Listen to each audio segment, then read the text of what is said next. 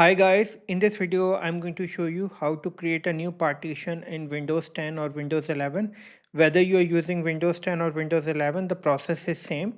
All I need to do is first go into the disk management. So in order to go into the disk management, I'll press Windows X and then I will go over here in the disk management. This is one method of going into the disk management. Second method is whether if you are using Windows 11, you will go in the start menu and then you will right click and then you will go in the disk management. Okay, so right now I have these three drives, so I'm going to create a new partition from this drive. So what I can do is I can just right click, I will go over here in my E drive, right click, and I will shrink volume. So I'll just wait.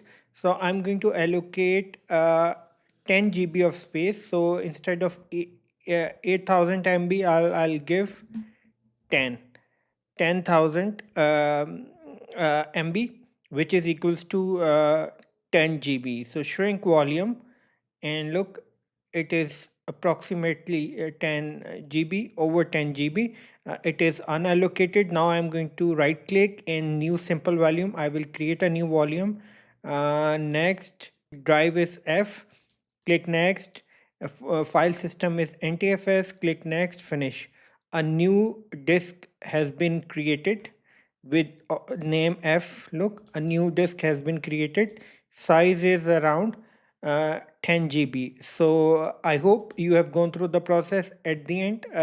Please subscribe, like, and share. Thank you.